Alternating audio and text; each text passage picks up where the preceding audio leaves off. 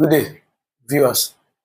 I want us to look at example of inverse element. The question says that the operation asterisk on the set R excluding 0 is divided by P asterisk Q to be equal to PQ for all PQ belongs to R. So we have to find the inverse of X that belongs to R. In this case now, we want to find the inverse of inverse. But we cannot get the inverse without first finding the identity element. So there's need for us to first find the identity element before we can find the inverse element of X. So we can say that let E be the identity element, so that X in R, X asterisk E will be equal to E asterisk X, and it will be equal to X. So in this case now, what do? We go ahead and find our E. When we have P asterisk Q, we same thing as PQ. S asterisk E will be equal to S asterisk E will not be equal to XE. It's going to become, it will be equal to XE, and that is what we are going to get. That will be equal to XE, and at the end of the day, it will be equal to X.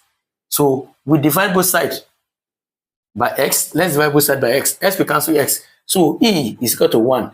That simply means that the identity element is equal to 1. So once we know the identity element, we can go ahead and find the inverse. We can say that let S prime be the inverse of X in R, so that X asterisk X inverse is same thing as X inverse asterisk X is going to give us identity element. That is the condition. So X asterisk X inverse is equal to identity element. So what is X asterisk X inverse? That will be X multiplied by X inverse from this definition. PQ is equal to the identity element is 1. So what is X inverse? X inverse will be 1 all over X. X inverse will be 1 all over X, which is the inverse that we are asked to find. So if you want to find the inverse element, it is compulsory to first find the identity element. We cannot get the inverse element directly. There's need for us to first find the identity element. So once we know the identity element, we now use the identity element to find the inverse element. Because if you have an element, irrespective of the set, if you relate that element with the binary operation defined on that set, it's going to this element and the inverse of that element will give us the identity element. So if you are asked to find the identity element, if you are asked to find the inverse, there is need for us to first find the identity element.